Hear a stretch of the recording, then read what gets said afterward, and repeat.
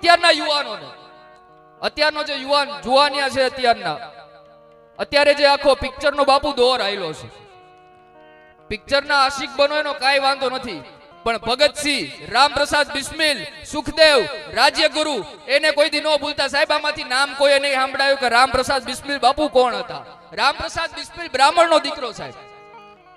અને જેથી એને અંગ્રેજની હુકુમત હાલતી હતી ત્યારે રામપ્રસાદ બિસ્મિલે ટ્રેન લૂંટી લીધી બાપુ. ટ્રેન લૂંટી લીધી અને અંગ્રેજ સરકારના હાથમાં આવી ગયો રામપ્રસાદ બિસ્મિલ બ્રાહ્મણનો દીકરો, અને હુકમ કર્યો કે ફાંસીની સજા આપવાની છે, તારી છેલ્લી ઈચ્છા હોય બોલી જા. રામપ્રસાદ બિસ્મિલને પૂછ્યું કે તારી છેલ્લી ઈચ્છા હોય બોલી જા, હાંજે તને ફાંસી આપવાની છે.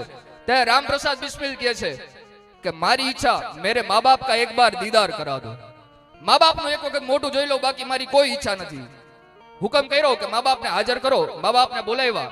ત્યાં તો છે કડ કડ કડ સામેથી બાપ આયલો આવે અને આ જેલના પાછળ હળિયાની પાછળ ઉભેલો રામપ્રસાદ બિસ્મિલ બાપ સામેથી આયલો આવે ને મોઢામાંથી આહુડાની ધાર વહવા માંડ્યો, આંખમાંથી દડ દડ દડ દડ આહુડા પડવા માંડ્યા.